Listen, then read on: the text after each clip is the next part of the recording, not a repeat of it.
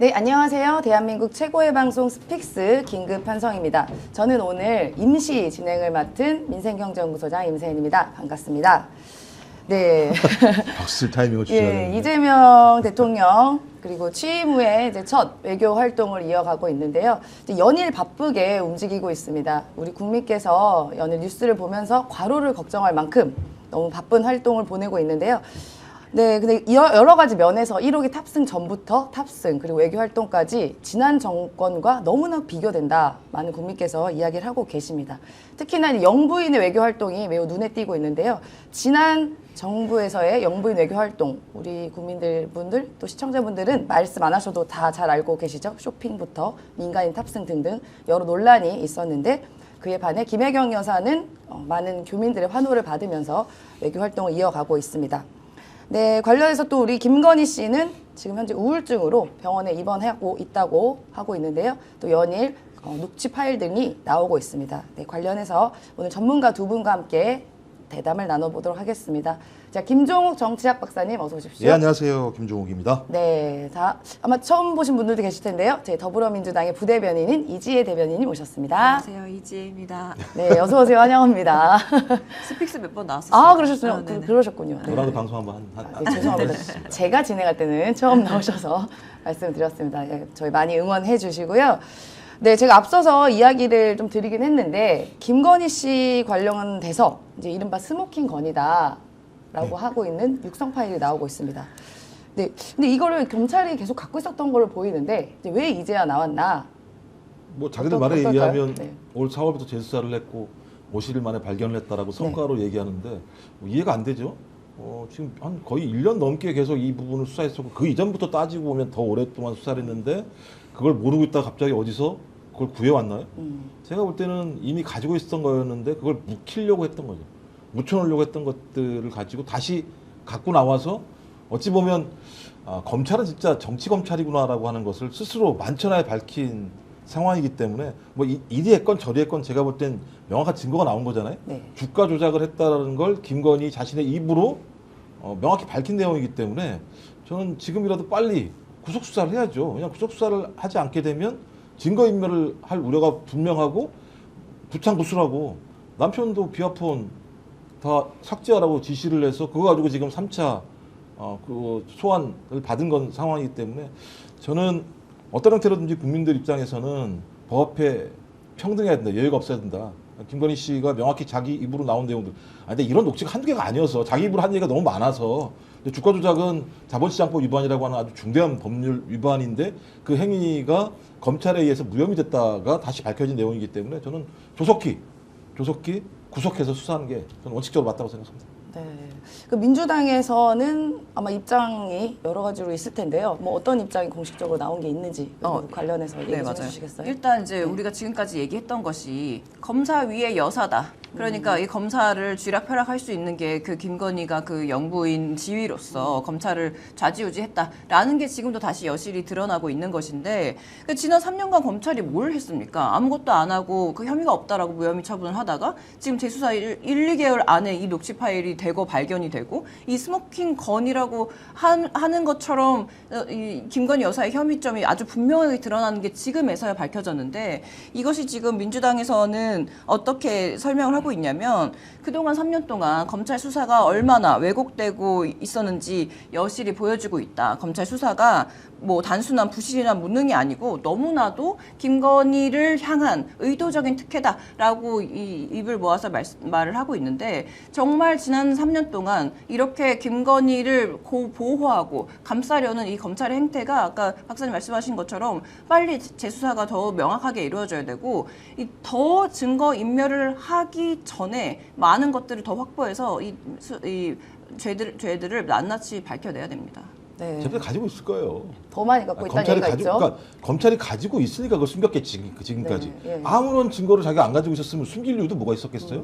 제가 볼 때 검찰은 다 알고 있는 상황에서 그 지금 계속 나오고 있는 핵심적인 내용이 일단 이번에도 마찬가지입니다만 김주현 민정수석하고 작년 7월달에 김건희하고 서로 통화를 했다라는 거잖아요. 그렇죠. 통화를 했는데 네. 소위 출장조사가 통화한 지 17일 만에 출장조사를 했다는 우리가 이제 황제조사라고 얘기하는 게 벌어진 거니까 그럼 이걸 다시 딱 가지고 가면 총선에서 패배했잖아요. 네. 총선에서 패배한 다음에 맨 처음 한 게 뭡니까? 국민한테 반성을 하긴 사과하기는커녕 김주현 민정수석을 임명을 했고 김주현 민정수석이 임명되니까 이창수 서울지검장이 갑자기 전주지검에서 날라와가지고 서울중앙지검장이 되면서 김건희 수사가 싹 바뀌기 시작을 했고 황제 수사를 했고 근데 그럼 황제 수사를 왜 이게 벌어졌을까라고 따져보니까 비화폰으로 그것도 대통령 부인이 비화폰이 왜 필요한지 잘 모르겠습니다만 비화폰을 가지고 민정수석과 통화를 했다라고 하는 것 그것도 17분 정도씩 두 차례 통화를 했으니까 전체적으로 내 사건을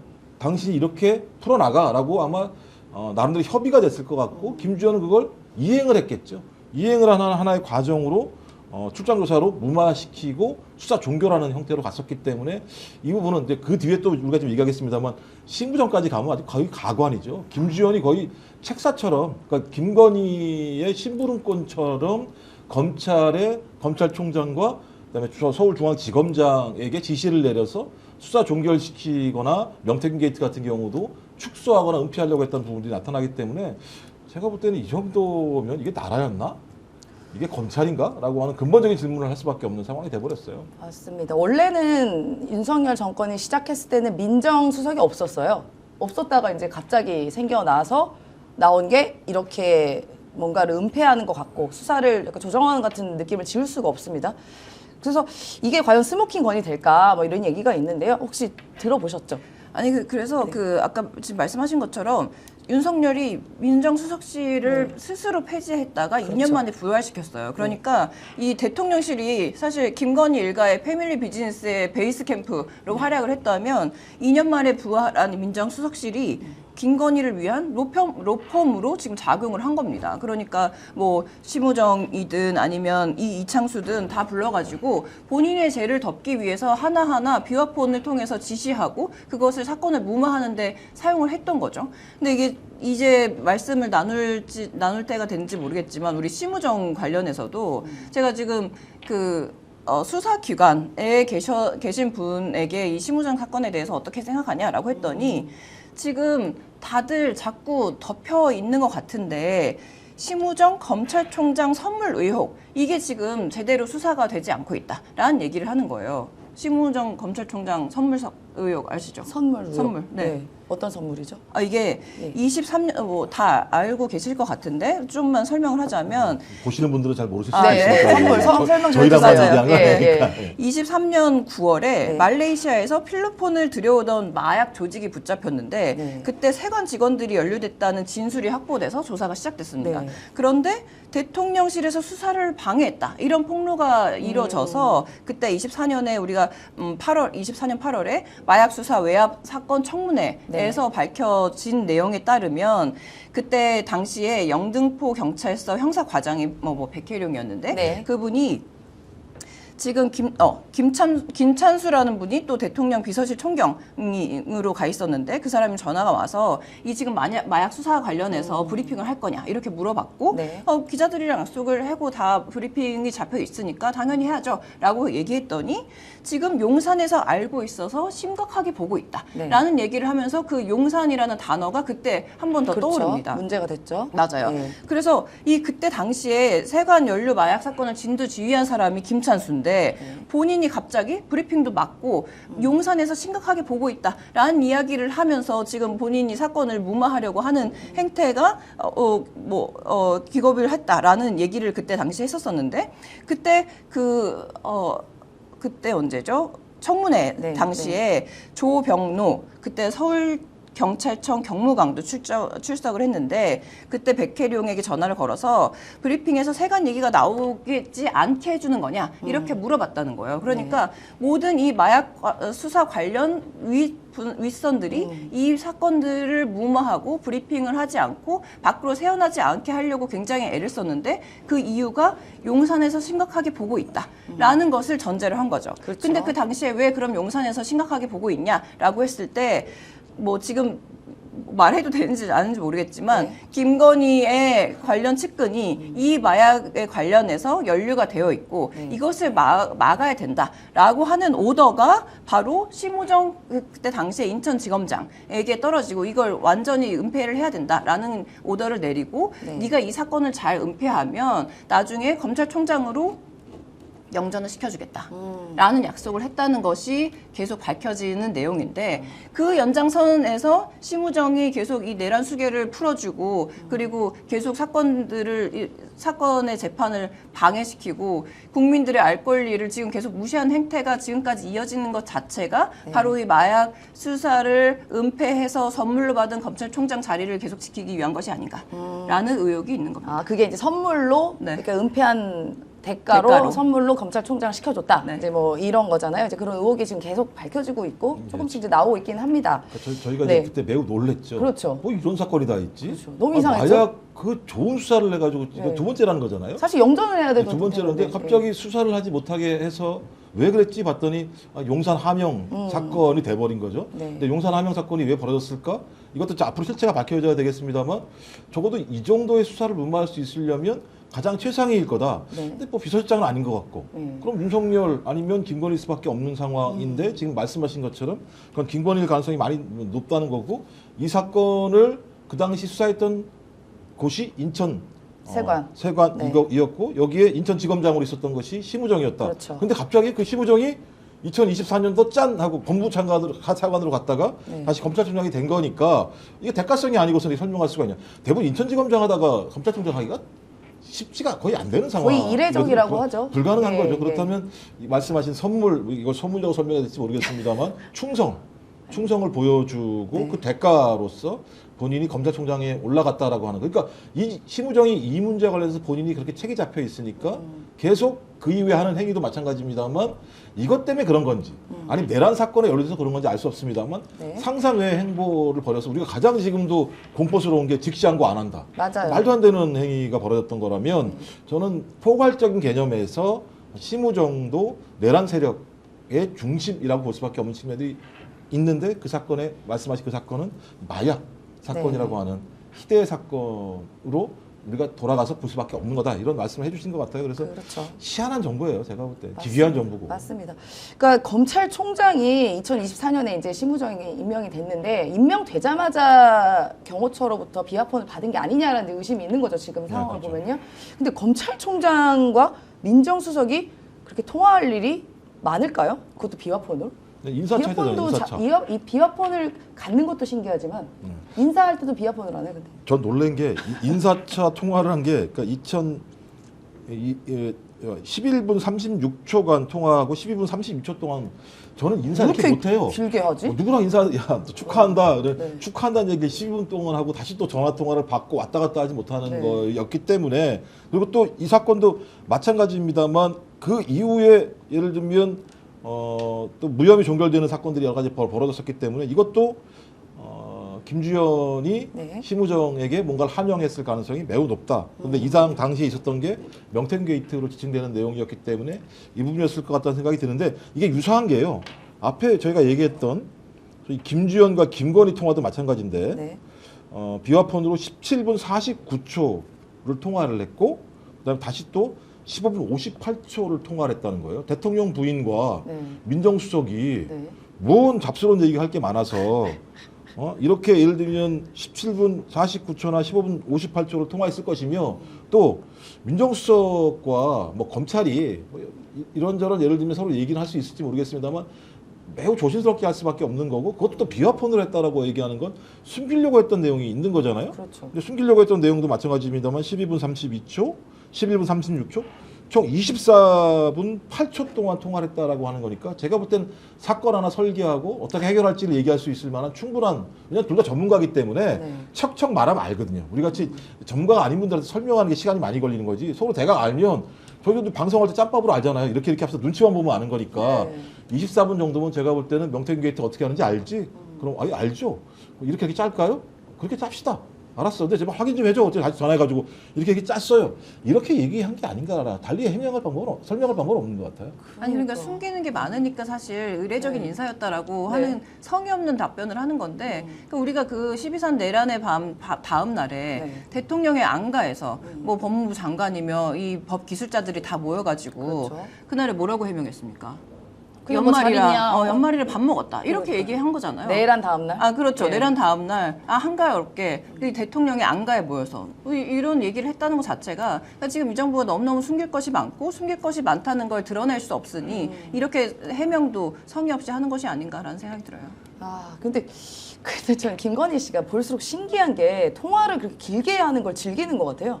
옛날에 이명수 기자랑도 통화 막 새벽에 몇 시간 동안 하고. 맞아요. 네, 몇 그리고 시간입니까? 몇 한 시간인 줄 알았더니. 몇 시간 동안 하는 게 이제 계속 나왔고. 그리고 이번에 또 민정수석이라는 자리가 영부인이랑 그렇게 전화 오랫동안 노닥거릴 시간이 사실 있는지 모르겠습니다. 20몇 분 동안 통화하는 건 쉬운 일이 아니거든요. 아무리 쌍방으로 얘기한다. 근데 하더라도. 노닥거릴 이유는 있는 거죠. 그죠.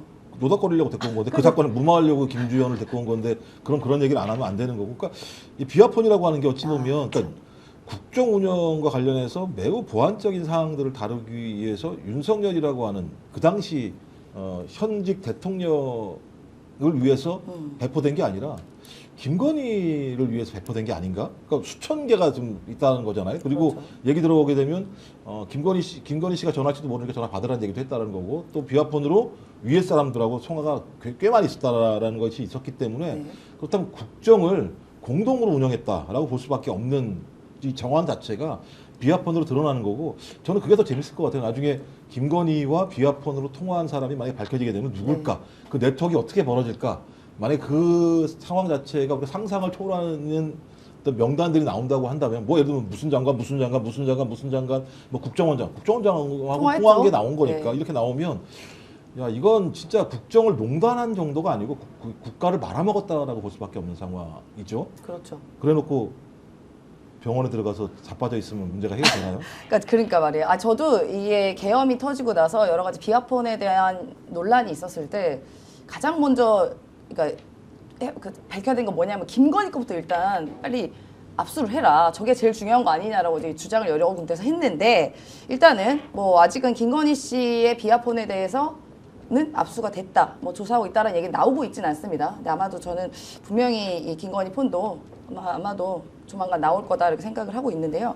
그런데 이제 김건희 씨가 이제 병원에 입원을 했습니다. 근데 과호흡 상태까지 왔다고 해요. 극심한 우울증으로 입원을 했다라고 하는데 이게 어떻게 보면 어디서는 이게 꼼수다. 특검이 이제 발족되고 나니까 꼼수 부리는 거다라고 얘기하고 있는데 어떻게 보셨어요? 그러니까 이게 뭐 원래 병원에 입원하기로 권유를 받아서 뭐 소환 통보를 했기 때문에 입원을 한 게 아니다 이렇게 설명은 하고 있지만 사실상 누가 봐도 이 조사를 받지 않기 위한 하나의 꼼수이고 그 일부러 병원에 찾아서 들어간 것이 너무너무 명확하고 지금 오늘도 뭐 보도가 많이 됐던데 지금 윤석열이 의료 개혁을 하겠다고 병원 이를 올 스톱 시켜놔서 정말 아프고 정말 입원이 필요하고 치료가 필요한 그런 사람들도 병원에 입원하지 못하고 치료되기를 진짜 어마어마해야 되는데 그 우울증이라는 이상한 병명, 물론 우울증이 있을 수 있죠. 그렇지만 이렇게 서민들은 아파도 병원에 못 가고 치료도 못하는 이런 상황에서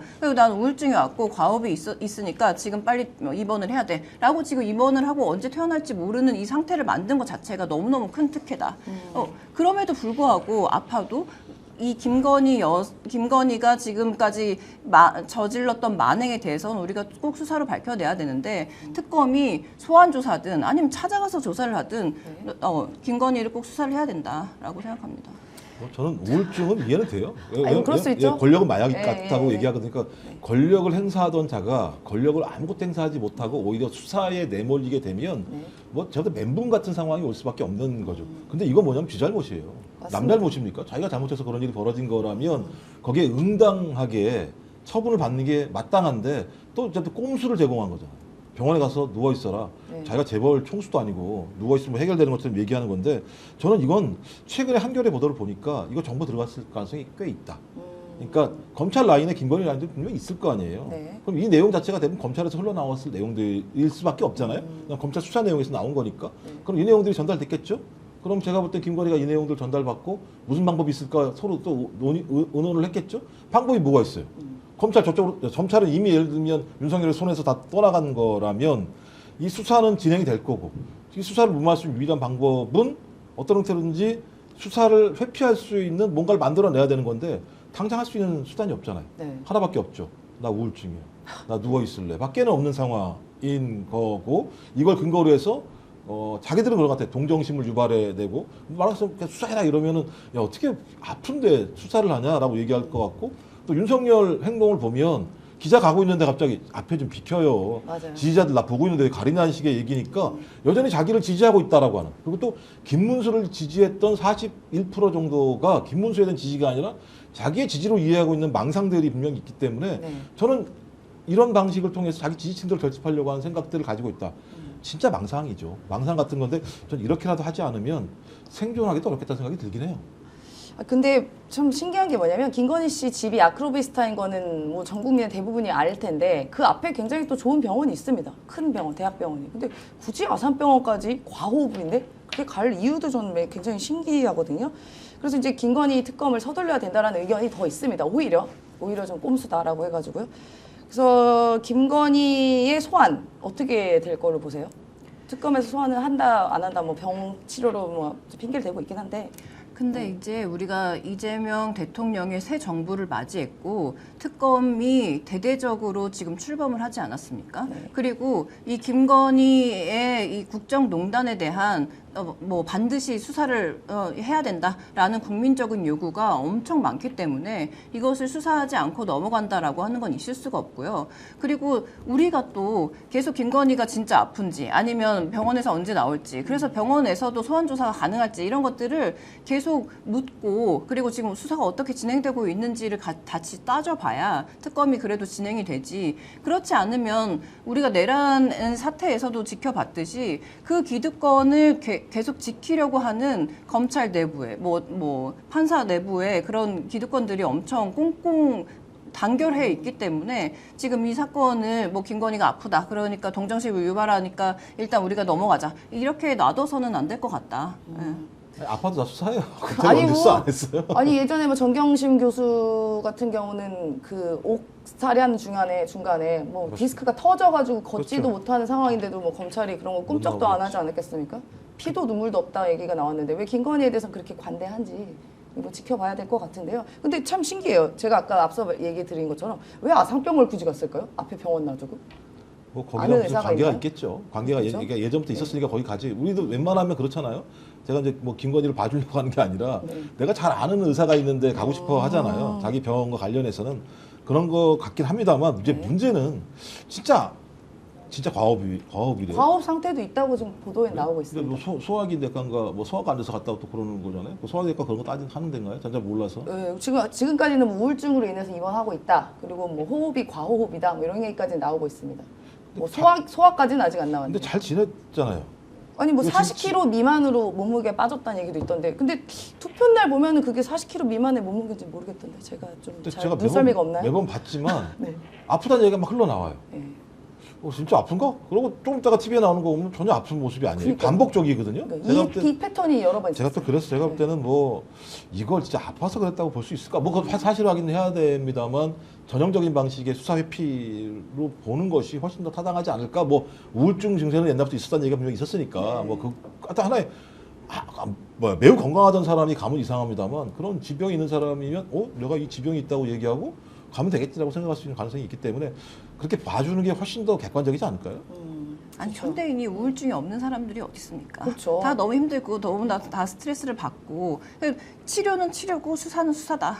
김건희 수사 당연하죠. 받으시라. 그러니까요. 네. 뭐 그 치료 받고 수사 받으세요. 정 힘드시면 그러시면 되고. 아니 우리 국민이 이 윤석열 김건희 때문에 3년 동안 화병 난 거 따지면 그게 본인이 입원할 거보다 훨씬 더 우리 국민들 다 쓰러져 있어야 되는 겁니다. 그럼 여러 가지로 참 황당하고요. 그리고 또 본인은 또 황제 수사까지 받은 사람이잖아요. 그러니까. 근데 또 황제 수사 받으려고 그래요? 그 말이 안 되는 거죠. 말이 안 되죠. 우리 국민이 절대로 가만히 있지 않을 겁니다. 그럼. 근데 지금 아까 우리가 앞서서 이야기한 것 중에 이제 심우정과 이제 김주현이 통화를 자주 했는데 일단 특검에다가도 이 심우정과 김주현도 이 수사 대상에 포함돼야 되는 거 아니냐라는 여론도 있습니다. 지금 또 비아폰 통화까지 나와가지고요. 이게 제가 가능할까요? 근데 제가 볼 때는 특검에서 이것과 연관된 사건에 대해서 수사를 할 수 있도록 돼 있기 때문에 저는 왜냐면 내란 사건이라고 하는 것이 어디까지 확장될지 알 수 없는 측면도 있고 뭐 김건희든 뭐든 뭐 그러니까 김건희 사건 같은 경우는 16개인가요? 16개. 16개인가 네. 되는 건수가 있는 거고 전 그래서 말씀하셨던 것처럼 지금 내란 사건과 관련해서 가장 밝혀지지 않는 데가 어디냐? 검찰, 국정원, 용산이에요. 이 세 군데는 전혀 밝혀지지가 않고 있습니다. 네. 그래서 아마도 검찰 문제와 관련해서는 심우정이 그런 역할을 했을 것이고 네. 국정원 같은 경우 지금 이름도 생각 안 나네. 국정원장 전임 조태용 네. 이 사람이 했을 것이고 용산은 제가 볼 때는 아마 김주현을 중심으로 했을 가능성이 높아요. 왜냐하면 법률적인 문제가 되게 많았고 그다음에 12월 4일 밤 소위 그 행안부 장관, 법무부 장관, 법제처장, 민정수석 4인이 모인 것도 그렇고 그 이후에 또 민정수석이 검찰, 법원 같은 경우나 검찰 같은 경우에 개입했다라고 의혹들이 나오는 상황이기 때문에 네. 전 당연히 김주현 수사는 내란 수사의 아주 중요한 중핵이다라고 그렇죠. 생각하고 심우정은 말하면 뭐합니까? 2022년 인천부터 시작을 해서 법무부 차관, 그다음에 검찰총장까지 올라오는 과정이 석연치 않았고 올라와서도 이 내란 사건 수사와 관련해서 초반에만 반짝하는 것처럼 했었고 그때 이제 말씀하셨던 것처럼 김영현을 비롯한 네. 장성급들 9명, 노상원 이 정도만 딱 잡아놓고 그 이후에 공수처 수사 넘겨놓고는 수사 아무것도 안 했거든요.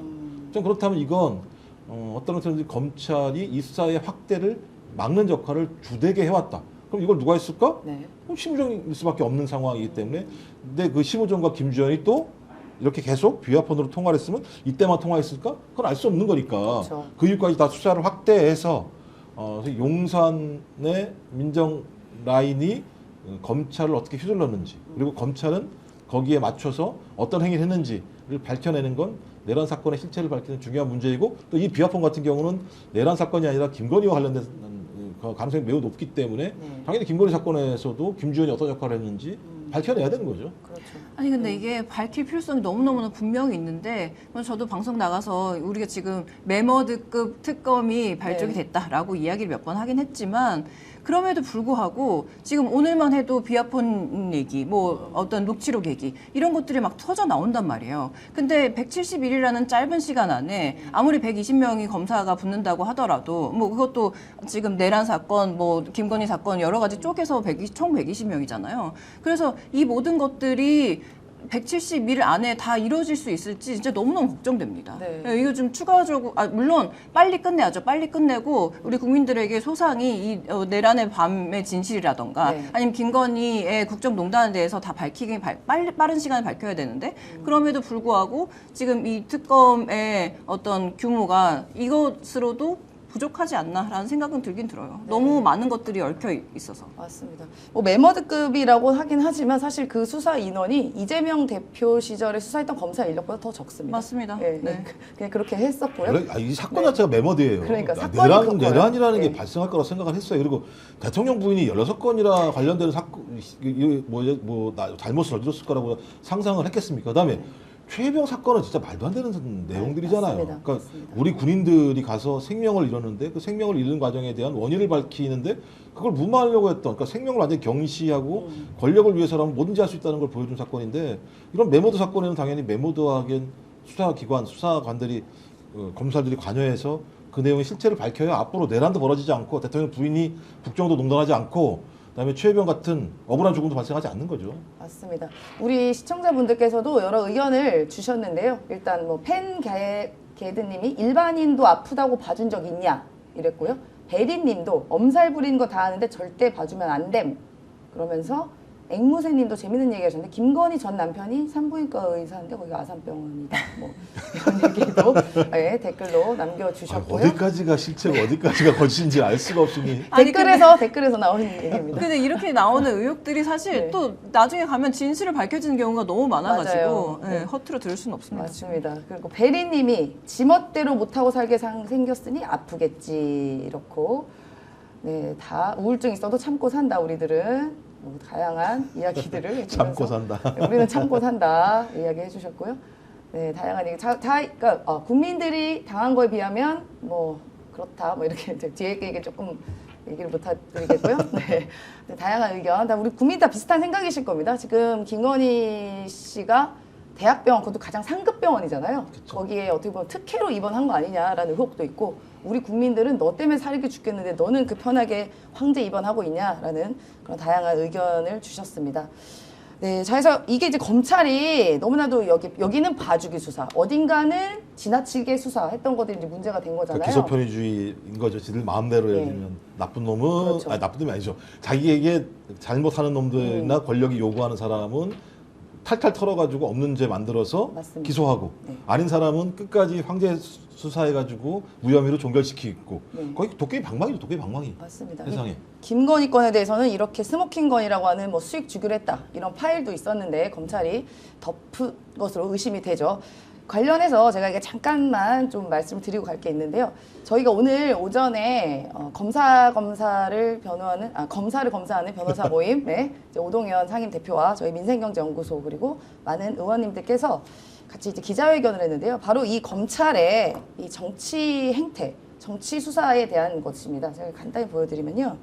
이게 저기 오늘 최초로 밝혔어요. 뭐냐면 압수조서입니다. 압수조서.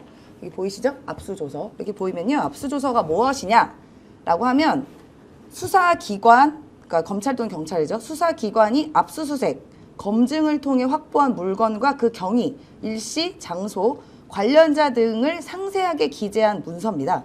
그리고 일단 압수조서에 피의자로 적시되어 있다는 것은 수사기관이 형사처벌의 대상자로 보고 있다는 뜻인데요. 제가 이걸 왜 갖고 왔냐면 여기에 이게 날짜가요. 2022년 10월 13일입니다. 그러니까 윤석열 정권이 출범한 지 6개월도 안 될 때인 거죠. 이때가 한참 바이든 날리면 얘기 나오고 할 때 이때입니다. 2022년 10월 13일에 이른바 이제 김용 부원장 관련한 사건 때 이 압수조서가 나온 건데요. 여기에 아예 기소도 안 된 이재명 당시의 대표를 피의자 이재명으로 기재가 돼 있습니다. 아 그렇게 그 조서에 써 있는 거예요? 네, 압수조서에 2022년 아예 그 기소도 안 된 이재명 대표, 그 당시 대표와 어떠한 직관적인 영향이 없는 사건에서 이 압수조서에 여기 나와 있는 뭐 물품은 이제 뭐 나이키 백팩이라고 해서 여기에 뭐 돈이 들어있다 막 이래가지고 이런 걸 조사 가져간 건데요. 이게 이제 박태선 씨라고 이분이 뭐 유동규 씨의 가까운 뭐 내연녀라고 불려지는 분입니다. 네, 일단은 아. 보도에 의하면 그렇게 되어 있고요. 남성 이름이 예, 들어갔군요. 그다음에 정민용 씨는 이게 대장동 사건에 네, 관련된 그렇죠. 이 두 분의 회계사. 압수수색 물품 조서인데 여기에 기소도 안 되고 관련이 없는 사람을 피해자 이재명으로 특정을 해버렸습니다. 그러니까 이게 즉 이 말은 즉슨 이거는 이재명 모든 사건의 종착지를 이재명으로 딱 이미 찍고 이 수사를 한 거다. 그러고 주변부터 턴 거죠. 김용 부원장, 정진상 실장 등을 통해서 여기를 그냥 탈탈 털고 어떻게든 연관 지어서 마지막에 종착지는 이재명으로 만들기 위해서 이때 바로 피의자로 아예 그냥 적시를 해버린 겁니다. 그 자체가 충격적이네요, 이거. 위법조서 아니에요? 위법조서입니다. 위법조서인 거죠, 저게? 예, 심각한 사태겠죠. 그래서 저희가 오늘 관련해서 이 부분에 대해서 기자회견을 했고요. 그래서 일단은 저희가 요구 드리는 것은 일단 대법원에서 김용 부원장, 이게 김용 부원장 건에서 나온 거예요. 그것도 이제 정치 수사를 막 털었던 그 과정인데 그 김용 부원장 사건 관련해서 이게 원심이 사실을 오인하여 유죄로 판단한 점을 바로 잡고 이거는 이제 대법원에서 무죄 취지로 파기환송해야 된다라는 것이고, 그다음에 유동규의 진술 번복과 그다음에 이 박태선의 불법 면담, 그리고 여기 나와 있는 피의자 이재명 이렇게 표기 등 이 정치 수사의 전모를 일단 밝혀야 된다라는 것이고, 또 특히나 이렇게 무리하게 수사를 한 이 정치 검찰은 또 즉각 해체해야 돼서 우리가 지금 이재명 정부에서 만들고 있는 수사 기소 분리 등 강도 높은 검찰 개혁을 단행해야 된다라는 점을 저희가 설파를 했습니다. 이거 굉장히 충격적인 거예요. 네, 이런 식으로. 그러니까 이재명 대통령에 대한 수사는 일관성이 있어요. 검찰이 네. 했던 게 뭐냐면, 그러니까 소위 윤석열이 등장하고 난 다음에 갑자기 수사 검사들을 다 바꿔요. 네. 팀을 바꾸고, 팀이 바뀌면 무슨 일이 벌어지냐? 증거가 조작돼요. 맞습니다. 그다음에 진술이 번복돼요. 네. 그래서 그 증거를 조작하고 그다음에 번복된 진술을 가지고 다시 예를 들면 기소를 하고, 그다음에 또 별건 수사를 통해서 다 주변 사람들 탈탈 터는 방식을 통해서 뭔가 큰일이 있는 것처럼 언론에 흘리고, 그러니까 이게 네 가지 사건이 다 그런 방식으로 벌어졌거든요. 근데 지금 말씀하신 것처럼 네. 이 위법적인 조서의 내용을 보면 검찰 스스로가 저게 의도 한 것인지 아닌지 정확히 모르겠습니다만 피의자도 아닌 사람을 피의자로 명시했다고 하는 건 검사 스스로가 나는 이재명을 피의자로 만들 거라는 생각을 갖지 않고서는 저렇게 나올 수가 없는 거거든요. 맞습니다. 전 그렇다면 그 옆에 있었던 김용, 정진상, 그다음에 이화영 이런 수사도 마찬가지입니다만 제가 볼 때는 그렇다면 이재명 대통령을 표적 수사에서 소위 정치적인 행위를 하지 못하도록 하기 위한 사법살인의 형태로 벌어진 것이라면 대부분 무죄로 맞습니다. 결말이 날 가능성이 매우 높아지고 있는 거고 그 오늘 아침 11시에 하신 겁니까? 네, 10시 10시 반에 기자회견 하신 내용도 정확한 중요한 증거 중에 하나로 국민들이 좀 알고 계시면 좋을 거라는 생각이 듭니다. 네, 이게 다시 맞습니다. 돌아보면 네. 이 윤석열 그때 당시 대통령이 그 자리에 올라가서 정적 이재명을 제거하기 위해서 네. 피의자로 적시하고 이 검찰총장에서 했던 그 버릇대로 검사들을 싹 모아가지고 네. 이 사람들을 150명의 검사를 투입해서 탈탈 털었는데 사실 여기에서 별다른 혐의점이 보이지 않고 그런데 자꾸 수사는 오히려 본인으로 김건희로 그렇죠. 조여오고 그래서 내란까지 벌이게 된 것이 아닌가라는 의혹을 우리가 또 다시 한번 짚어봐야 되겠네요. 그렇습니다. 네. 일단 윤석열도 본인이 그렇게 말을 한 적이 있어요. 현 사법체계에 대해서는 이재명 같은 사람 어떻게 할 수가 없다. 현 사법체계에 네, 대해서. 현 사법체계에 대해서. 그러니까 현 사법체계에 이용할 수 있는 모든 합법적, 불법적 권한 다 써가지고 이런 조서까지 만들어서 결국은 이재명 죽이기를 하려고 했다가 불법 계엄 나서 본인이 그냥 관뚜껑 닫은 사건이 바로 불법 계엄 사건 아니냐라는 게 이제 의견인 것이고요. 그렇게 죽이려고 했던 그 이재명 당시 대표 이제 대통령이 되셨죠. 그래서 이재명 조금 주제를 바꿔서 제가 계속 김건희 얘기만 좀 했으니까요. 그렇게 죽이려고 했던 그 이재명 후보 대표는 이제 대통령이 되셔서 첫 정상외교에 나섰습니다. 네, G7에 나섰고요. 그동안 뭐 한일 관계가 이재명 후보가 대통령이 되면은 뭐 박살 날 것이다, 뭐 친중할 거다, 그다음에 반미할 거다, 뭐 이렇게 각종 설들만 난무를 했는데 일단 이재명 대통령께서 이시바 그 일본 총리와 첫 정상회담을 했습니다. 네, 했고요. 그래서 한일의 셔틀 외교를 재개하자라는 포부를 밝혔어요. 네. 이번에 외교 어떻게 보셨어요? 아니 제가 볼 때는 보수들이 놀랄 것 같아요. 네. 야 이거 한일 관계 어떻게 되는 거야? 한일 관계 이거 빠그라지는 거 아니야? 또 과거사 얘기 중심으로 하는 거 아니야? 이렇게 얘기했는데 이번에 뭐 맨 처음에 이제 한미 정상회담을 했었어야 되는데 갑자기 트럼프가 갔다가 네. 얼굴만 쓱 비치고 야 그만 난 더 중요한 일이 있어 가버리는 바람에 영국하고 먼저 뭐 영국 총리가 네, 먼저 네, 한 다음에 두 이제 분만 하고 다 가버렸습니다. 예, 이제 그러니까 우리 대통령도 아, 영국 총리랑 영국 했었고 예, 예. 그다음에 이제 이시바 총리랑 했었는데 저는 꽤 괜찮았다. 아마 보수 쪽 패널들도 괜찮았다라는 말씀들을 하시는 걸 보면 이제 본인이 그런 얘기했죠. 가깝고도 먼 나라이면서 동시에 앞마당을 같이 쓰는 이웃집 이렇게 표현을 했어요. 그러니까 양가적인 거죠. 그렇죠. 그러니까 우리 한일 관계라고 얘기하는 게 가까운데도 매우 가깝죠. 뭐 따지고 가장 가깝다고 볼 수 있는 나라인데 마음의 거리는 좀 꽤 먼 나라이기도 하죠. 그리고 외교의 중요한 장, 안보의 중요한 장이 같은 앞마당에 있는 거니까 서로 떼려야 뗄 수 없는 관계이다. 그래서 서로 질시하고 서로가 싸우게 되면 한일 관계가 어려워지게 되면 우리 한국도 좋은 건 아니니까요. 그래서 이재명 대통령이 추구하고 있는 어떤 지금 위기 상황에서의 어떤 실용적인 국익 외교를 추진하기 위해서는 일본과의 원칙적인 입장들은 유지하더라도 이런 부분과 관련해서 과거와 같이 전체적인 한일 관계를 갖다가 파탄내는 형 수준의 어떤 이야기들을 하지 않으면서 했던 게 딱 두 가지입니다. 차이를 넘어 도움되는 관계로 발전했으면 좋겠다. 이렇게 얘기를 해요. 그러니까 당신들 이게 참 뼈가 있는 얘기인데 네. 정확히 알아야 돼. 내가 좋아서 하는 거 아니야. 근데 우리가 지금 위기 상황이니까 차이를 넘어서 도움이 되는 관계로 가야 되니까 당신들도 잘해야 돼. 옛날처럼 우리가 그 윤석열 때 물잔 반 네. 넣으니까 거기다가 막 똥물 집어넣고 이런 게 하면 안 돼. 뭐 이런 해고용수 넣고. 얘기였고 두 번째가 뭐였냐면 미래지향적으로 그러니까 원래는 미래지향적 관계라고 얘기해야 되거든요. 근데 미래지향적으로 조금 더 나은 관계로 발전하자라고 하는 매우 단계적인 입장들을 제시를 해서 일본 같은 경우도 매우 곱씹어보게 되는 대목이다. 그러니까 세게 나오고 원칙을 지킬 줄 알았던 이재명 대통령이 오히려 매우 전향적인 태도를 취했고 그 전향적 태도도 뭐 윤석열처럼 전폭적이진 않지만 매우 단계적이며 나름대로의 원칙과 차이들을 존중하자는 얘기를 했었기 때문에 저는 괜찮았다. 보수도 욕하기 어렵고 네. 그다음에 우리 국민 입장에서도 지금 위기를 극복하기 위해서 한일 관계와 관련해서 이것을 중심으로 올리지 말아야겠다.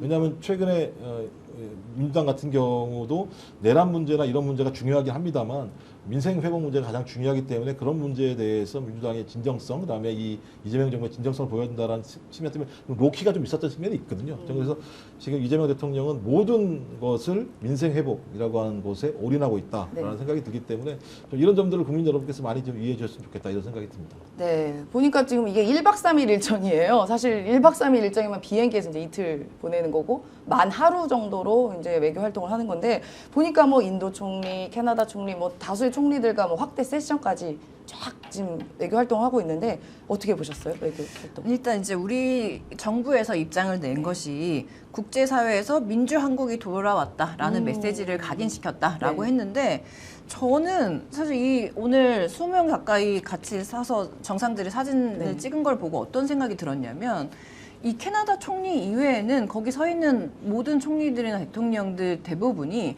아마 몇 달 전에 까지 윤석열을 경험했던 사람들일 거예요. 윤석열 맛본 사람들이죠. 아, 그렇죠. 네. 근데 그 사람이 막 비상계엄을 일으키고 갑자기 막 한국에서 법원 폭동이 일어났다고 하고 네. 사실 이 한국에서는 아무리 시위가 일어나도 되게 평화적으로 그렇죠. 잘 진행되어 있는 나라인데 막 폭동이 일어나고 뭐 그런 일들을 거쳐서 그리고 추운데 뭐 아스팔트에서 매일 바닥에서 뭐 집회 열리고 이런 일들을 보고를 계속 받았을 거 아니에요. 네. 그런데 하루아침에 멀쩡한 사람이 나타난 거예요.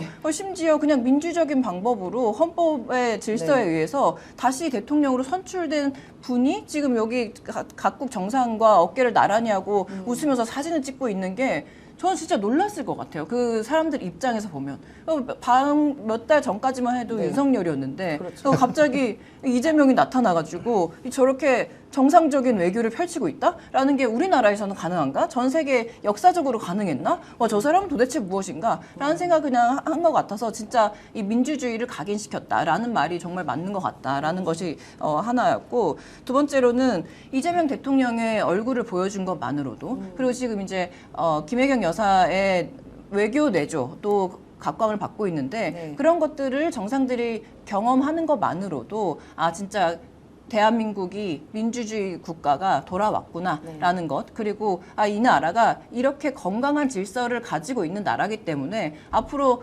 경제 파트너로서 협력 국가로서 우리가 최선을 다해서 어떤 것들을 해 나갈 수가 있겠구나라는 믿음을 주는 굉장히 좋은 외교 첫 무대였다고 생각합니다. 네, 이게 열 하루 만에 취임한 지 이제 그쵸. 외교를 한 건데요. 순방가 나간 건데 이게 사실 물리적으로 불가능한 시간이었는데 조금 우려가 있었습니다. 저거 준비 제대로 잘 된 건가, 뭐 실수하는 건 아닌가라는 그런 일각의 시선도 있었는데 완전 불시시킬 만큼 정말 거의 완벽하게 그 시간이 의심할 만큼 너무나 완벽한 외교 활동을 하고 있다라고 우리 국민께서 바라보고 계시고요.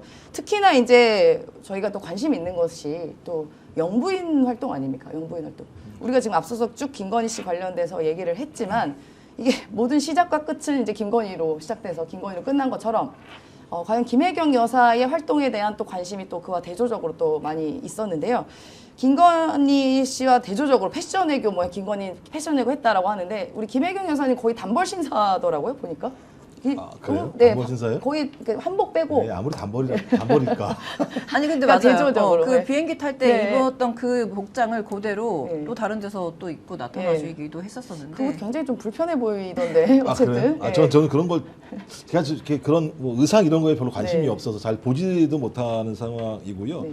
근데 뭐 중요한 건 김혜경 여사 같은 경우는 대중들과 만나는 방법을 알 거예요. 과거에 TV 같은 데도 나와서 그렇죠. 대중과 호흡하는 걸 배웠거든요. 근데 누구지? 갑자기 김건희는 그런 걸 배우지 않고 따지고 보면 이제 매번 어떻게 하면 돈을 벌어볼까? 자기 어머니겠죠, 장모랑 해서 그런 일들 많이 해왔고 같이 한 사람들은 대부분 어떻게 됐습니까? 판판이 감옥 갔지 않습니까? 그런 일이 벌어졌었죠.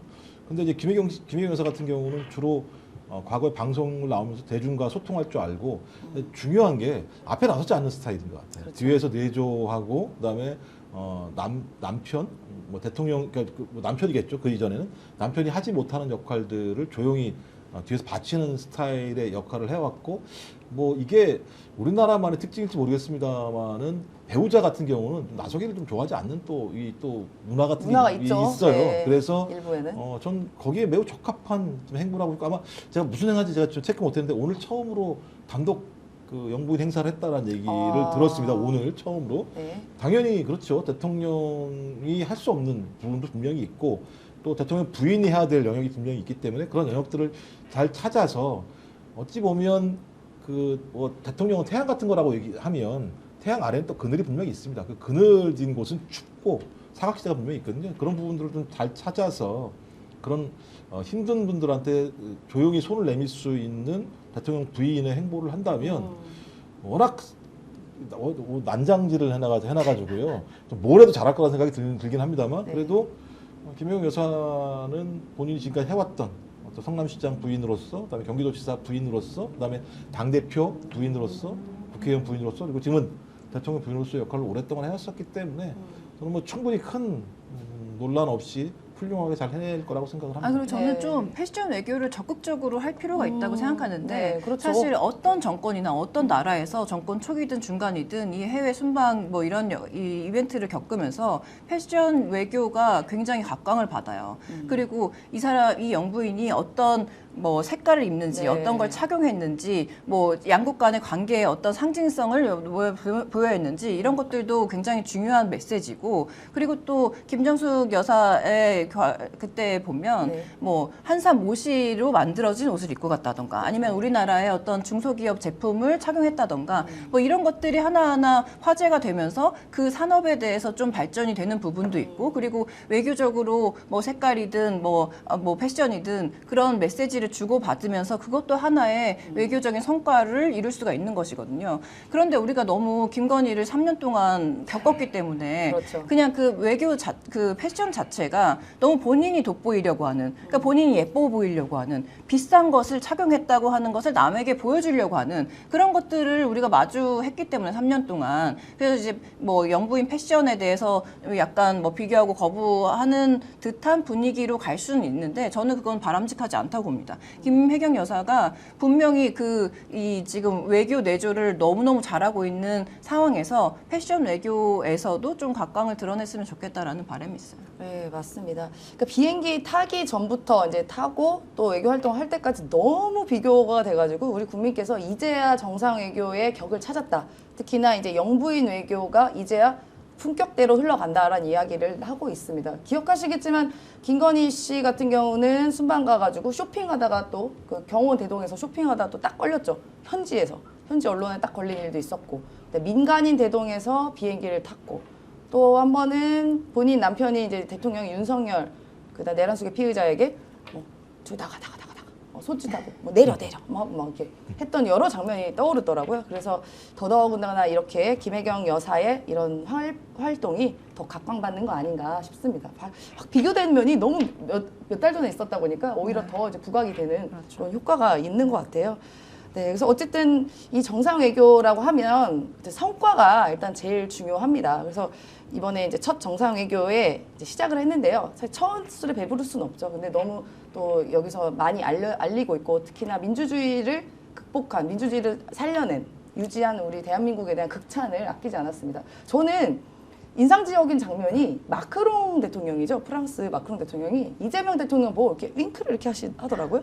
이렇게 윙크하면서 뭐 되게 굉장히 뭐 엄지척도 하고 이런 모습이 되게 인상적이었는데 인상적인 장면 하나씩 있으셨을까요? 아니 저 그 룰라 대통령인가요? 네. 그 이제 퇴장하면서 이재명 대통령과 같이 허리를 감싸는 아. 그 허리를 감싸는 걸 풀지 않고 계속 퇴장하면서까지 그렇게 나가시더라고요. 네, 그래서 네. 이게 처음 봤는데도 이렇게 친밀도가 높은 상황이 됐구나라는 생각이 들었어요. 오늘 네. 통화를 하셨더라고요. 두 아, 분이서. 예, 근데 예. 두 분의 삶이 유사하지 맞아요. 않습니까? 그러니까 예를 들면 진짜 고통받는 어려운 서민으로 태어나서 하나하나 성장해 나가면서 대통령이 됐었고 또 룰라 같은 경우도 엄청나게 사법 권력에 의해서 감옥까지 갔다 오는 일이 벌어진 일도 있었었기 네, 때문에 네. 아마 둘 간에는 만나지 않아도 충분히 공감대가 있을 거라 생각이 들고 오늘 통화하면서도 그런 얘기들을 좀 하신 것 같기는 해요. 네. 그래서 가장 상징적인 게 뭐냐면 G7이라는 공간에 내란을 극복한 지 얼마 안 되고 대통령이 된 분을 초청을 해서 네. 그 자리에 세웠다라고 얘기하는 건 적어도 민주 회복력을 가지고 있는 대한민국이라고 하는 부분들이 전 세계에 투사하는 민주주의에 대한 힘이 무엇인지를 알린 것 같기도 하고 저는 그래서 이거 할 얘기는 아닙니다만 트럼프도 왔다 갔다 간 거 아닌가? 일부러 피한 건가요? 왜냐하면 이제 민주주의라고 하는 질투나서. 가치와 관련해서 윤석열과 유사한 흐름을 가지고 있는 것이 트럼프라는 얘기들을 많이 하는 예, 측면들이 있기 예. 때문에 캐나다 총리 같은 경우도 마찬가지로 초청을 했잖아요. 네. 초청 안 되는 그런 의도도 있지 않았을까 생각이 들긴 하는데 네. 뭐 그렇다고 하더라도 저희가 한미동맹이라는 가치가 있고 실리를 추구해야 되기 때문에 근데 하여튼 많은 국민들이 많은 전 세계에 있는 국민들이 대한민국이 진짜 돌아왔다라고 하는 걸 뺏겠다는 걸 정확히 아는 상황이었기 때문에 우리의 국격을 높이는 것으로만으로도 좀 다녀서 돌아온 것만으로도 굉장히 큰 우리에게 비즈니스상 큰 가격을 만들어냈다는 생각이 들고요. 앞으로 뭐 제가 잘할 것 같아요. 그리고 또 외교팀들이 꽤 경륜이 있는 분들이고 경험이 많은 분들이어서 그렇죠. 예.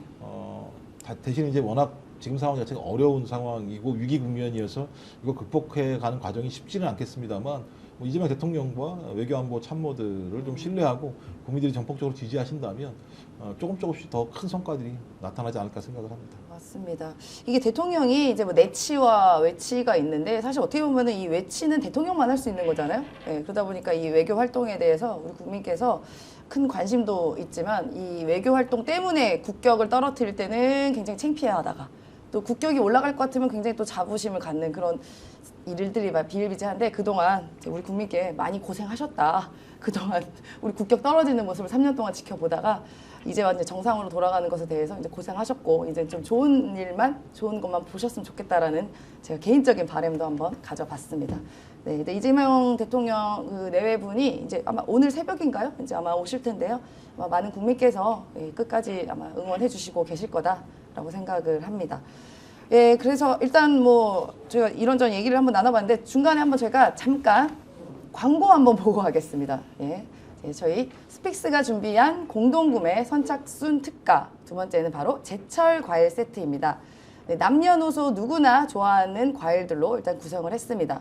21,900원에 부사 사과 특 1kg, 그 다음에 하우스 밀감 500g, 완숙 토마토 대과 1kg, 그러니까 총 2.5kg이겠네요. 예, 이게 21,900원. 슈퍼 나가시면 요새 물가 비싸가지고 굉장히 비쌀 텐데 굉장히 저렴한 가격인 것 같고요. 매일매일 산지 직송과 가락시장 경매를 통해서 최상의 상품을 제공하고자 노력하고 있습니다. 네, 스픽스와 자연 섬김 이 공동구매 선착순 특가고요. 21,900원이니까요. 놓치지 마시길 바라겠습니다. 네, 진짜 요새 그 물가가 또 윤석열이 또 망쳐한다 내가 하면 좀 너무 그런가요? 이것까지 잘 안 잡아놔서 너무 요새 어디 가면 너무 비쌉니다. 계란도 비싸고 뭐 라면도 2,000원이고 과일도 굉장히 비싼데 이제 저렴한 상품 나왔으니까요. 우리 스픽스 구독자 여러분께서 많이 관심 가져주시고요. 네, 그러니까 이재명 대통령이 그 캐나다 간 비행기 안에서 기자들과 이제 일단 질답을 나눴는데 거기서 일단 김민석 총리 후보자에 대한 질문도 나왔습니다. 그만큼 지금 총리가 어떻게 보면은 이 행정에서는 또 많은 중요한 부분을 담당하고 있기 때문에 관심이 많이 있습니다. 그래서 일단 인사청문회가 24일, 25일로 예정이 되어 있는데요. 뭐 여러 가지 논란을 야당에서는 이야기를 하고 있습니다. 이게 뭐 네. 10대 결격 사유라고 얘기하는 제가 볼 때는 10대요? 10대를 만들려고 결격 사유로 갖다 집어넣은 것 같다는 느낌이 들고 내용들도 그런 거예요. 무슨 네. 뭐 수상한 자금 출처, 수입을 넘어선 지출, 무소득 자산가 이게 다 세 개가 묶은 것 하나지 이게 뭐 따로따로 갈 수도 없는 거잖아요. 쪼개기인가요, 그것도? 그러니까 핵심은 뭐냐면 돈 어디서 났냐 뭐 이런 거고 돈 왜 빌렸냐 뭐 이런 내용들이에요. 근데 본인 스스로 다 얘기했었잖아요. 정치자금법 위반, 말도 안 되는 정치자금법 위반 때문에 본인이 어쩔 수 없이 죄에 따라서 감옥에 갔다가 왔지만 그 돈을 안 갚을 수가 없으니까 뭐 복리로 계속 올라간다 그러더라고요. 안 갚게 되면. 맞아요. 근데 그 돈을 갚아야 되는 상황이 벌어져서 어쩔 수 없이 갚는 과정에서 지인들한테 돈을 빌렸는데 그 부분에 대해서는 24, 25일 날 청문회에서 충분히 밝히겠다라고 얘기를 했으니까 그때 가서 그 부분을 밝히면 될 거라는 생각이 들고요. 그다음에 자녀 뭐 입시 관련된 문제는 제가 아무런 문제가 없는 것으로 뭐 일단 그 비용 같은 경우도 전 부인이 뭐 낸 것도 있고 그다음에 자식에서 홍콩 뭐 대학 같은 경우도 전혀 문제가 없다라고 본인이 네. 얘기하고 이것도 그날 얘기할 거라고 말을 하고 있고 그다음에 또 나오는 게 무슨 뭐 반미 활동 이력도 막 그 10대 결격 사유 중에 하나인데 네. 이게 1980년대 초중반에 이뤄진 일이에요. 네. 그리고 그 당시 학생운동을 전개했던 내용들이 오히려 그 이후에 민주화운동으로 다 예를 들어 평가받았던 건데 이 내용 가지고 문제 제기하는 건 또 색깔론을 여기다 물을 타려고 하는 측면들이 분명히 있기 때문에 저는 뭐 큰 문제는 없다. 뭐 야당 입장에서야 이렇게 할 수밖에 없다는 생각이 들긴 하는데 네. 그럼 그 전에 좀 잘하지. 그러게요. 지금 와가지고 잘하는 척하는 게 좀 논란이 되긴 합니다만 저는 뭐 이렇게 으쌰으쌰 저쪽에서 하고 있습니다만은 큰 무리 없이 인사청문회가 진행이 될 것 같고 아마도 김민석 총리 지명자는 인사청문 자리를 이런 어떤 진흙탕 싸움의 문제가 아니라 정책적인 부분으로 전환시키려고 많이 노력할 거라는 생각이 들어서 네. 조금은 좀 이전과는 다른 인사청문회가 됐으면 좋겠다라는 생각이 드는데 아유, 국민의힘 하는 걸 보면 그렇게 안 할 것 같아서 그러니까요. 잘 극복해 가실 거라 생각이 들어요. 내란도 잘 극복해 가셨는데 뭐 인사청문 정도예요. 뭐 제가 볼 때는 뭐. 예, 어떻게 뭐 당에서는 어떻게 뭐 공식 입장이 나오거나 준비하고 있는 게 있나요? 아, 네, 당에서도 네. 지금 이 청문회를 굉장히 열심히 준비를 하고 있는데 네. 이건 또 다른 얘기지만 좀 재밌는 얘기 중에 하나가 네, 재밌는 얘기 좋아요. 네. 얼마 전에 그 윤석열, 김건희와 가깝게 지내는 분의 네. 얘기를 직접 들었는데 네. 윤정부 초기에 정말 도움을 많이 주셨다고요. 그런데 왜 내가 윤정부에 입각을 하지 못했을까?라고 질문하시더라고요. 그래서 왜 그러셨죠? 그랬더니 네. 내가 사주를 주지 않았어. 라고 하시는 거예요. 아, 그러니까 김건희나 윤석열 정부에서 무엇을 네. 하려고 어디를 들어가려고 하면 꼭 사주를 보고 이 사람이 지금 윤석열과 맞는지 안 맞는지를 보고 뭐 총리를 뽑든 뭐 장관을 뽑든 그렇게 해온 이 무속 심취 내란 옹호 정당이 네. 지금 할 말인가라는 생각이 일단 처음에 들었고 그리고 우리 당에서는 어찌 됐든지 간에 윤석열이 집권했던 지난 3년간의 퇴행과 혼란을 되돌리고 우리가 지금 다시 대한민국의 회복과 정상과 그 경제 성장으로 나아가는 그런 적임자를 뽑는 정말 이 이재명 대통령과 발맞추어서 국가를 정상 운영할 수 있는 초기의 이 수석이기 때문에 인사청문회에서 이 김민석 후보자가 총리 후보자가 누구보다도 잘할 것이다라는 정책적인 면 그리고 앞으로 이재명 대통령과 네. 발맞춰서 어떻게 우리 대한민국을 회복시키고 정상화시킬 것인가에 중점을 두고 준비를 하고 있다는 점을 말씀드립니다. 정말 걱정하지 않으셔도 됩니다. 굉장히 열심히 차근차근 잘 준비하고 있습니다. 아니 그리고 상식적으로 네. 내란을 예견했잖아요. 그렇죠. 그죠? 맞습니다. 근데 내란이 벌어졌잖아요. 계엄을 먼저 얘기했죠. 아까 그런 예견력을 가지고 있고 네.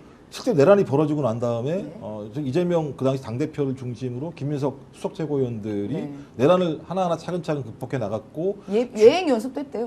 계엄 그러니까 예행. 그리고 또 중요한 순간순간마다 많은 토론과 그 힘을 결집시켜서 잘못하면 너무 빨리 나갈 수 있는 걸 좀 네. 속도를 조절하기도 하고 아니면 맞습니다. 너무 늦을 거를 빨리 나가기도 했던 어떤 경험들을 가지고 있기 때문에 그런 분이 총리를 하면 대한민국 위기 상황이니까 여전히 그렇죠. 그것도 다 극복해낼 수 있지 않을까 생각이 드는데 아마 김민석 총리가 들어오게 되면 오히려 더 두려워하는 건 국민의힘이 아닌가?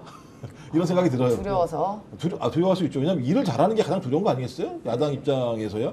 일 잘하면 국민들이 일 잘한다고 칭찬해 주겠죠. 칭찬하면 지지율 올라가겠죠. 그렇죠. 지지율 올라가면 야당 지지율 떨어지겠죠. 이게 얼마나 두려운 상황이겠습니까? 저는 뭐 그런 것이 아닌가 생각이 듭니다.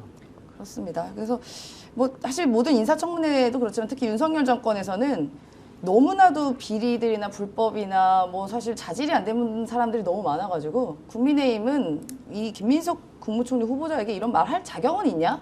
이런 얘기들이 많이 있습니다. 네, 어쨌든 24일, 25일에 인사청문회가 진행된다고 하니까요. 잘 살펴보도록 하겠고요. 아까 우리 이재 부대변인 얘기하셨듯이 사주 이야기를 하셨잖아요. 네. 사주를 안 줘서 내가 고위직 못 가냐. 그러셨는데 아니 사주를 그렇게 봐가지고 불법 계엄하고 파면된 정부의 일원이었습니까? 그러니까 이것도 믿을 것이 못 되는 거예요. 아, 그러니까 네. 이게 우리가 대한민국의 저력을 믿고 그리고 전문가들이 믿고 그렇죠. 이 사람들과 같이 대한민국을 어떻게 앞으로 발전시킬 것인가를 논의해야지 네. 이 사람 사주가 나하고 맞냐 안 맞냐를 가지고 국정을 운영했기 때문에 이런 3년 동안에 참호사가 난 것이 아닌가라는 생각이 들어요. 맞습니다. 참 이게 아직 저희 이제 정권은 바뀌긴 했지만 이 내란은 아직도 여전히 끝나지 않았다라는 게 많은 여러분들의 생각이십니다. 예, 또 많은 분들께서 또 피노키오님은 김민석 총리 됩니다. 걱정 안 하셔도 된다라고 했고요. 서정현님이 재밌는 얘기 해주셨네요. 내란당들 사주에 계몽되었습니다. 이렇게 재밌는 얘기 해주셨고요. 네, 다양한 분들께서 스픽스에 대한 응원 또 여러 가지도 많이 하셨고 이재명 대통령 부부 빨리 오셨으면 좋겠다. 뭐 이렇게 이야기도 해주셨습니다. 이렇게 아니 대통령을 기다리고 있는 국민들이 있으시네요. 그러니까 빨리 오시려고 하시는 건가 싶습니다. 근데 우리 국민들이 좀 가신 김에 그래도 하루 정도는 조금 여유 있게 가시지 이렇게 1박 3일 만에 올 일이냐라고 이야기를 하시는데요. 어쨌든 대통령께서 산적해 있는 여러 가지 현안들, 국정에 대해서 마음이 급하시니까 이제 얼른 해야 될 것만 빨리 하고 오시는 것 같고요. 그에 반해 그 강훈식 비서실장을 비롯해서 비서실 분들은 대통령 떠나실 때 보니까 이렇게 환히 웃으시더라고요. 네, 그렇죠. 예, 예, 표정이 가는 네. 좀 한 떨어져 열흘 있을 동안 수 본 것 있으니까. 중에 얼굴 제일 좋아 보이시던데 못 숨겨요. 그거. 무슨이죠? 이래보셔서 아시잖아요. 일단 저는- 청와대 대통령이 계시는가 안 계시는가에 따라서 차이가 많죠. 이 분위기 자체가 네. 압도당하는 게 있고 네. 나가 계시면 뭐 죄송한 얘기지만 약간 좀 널널한 느낌 마음이 그래서 무두절이라고 하니까 네. 좀 그렇죠. 수가 그렇죠. 없나. 네. 그건 어쩔 수 없는 건데요. 근데 네.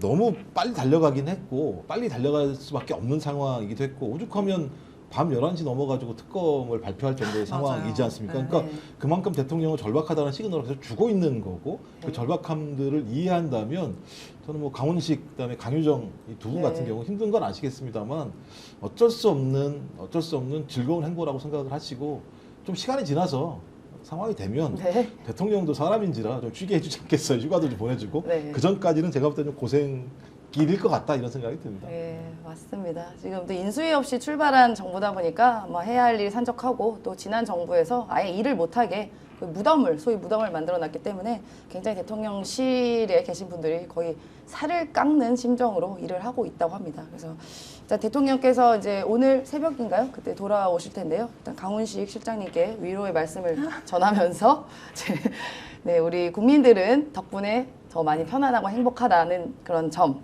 그러니까 많이 그 자부심 가지고 일하시기를 제가 간절히 호소드리면서 저희는 오늘 방송 마무리하겠습니다.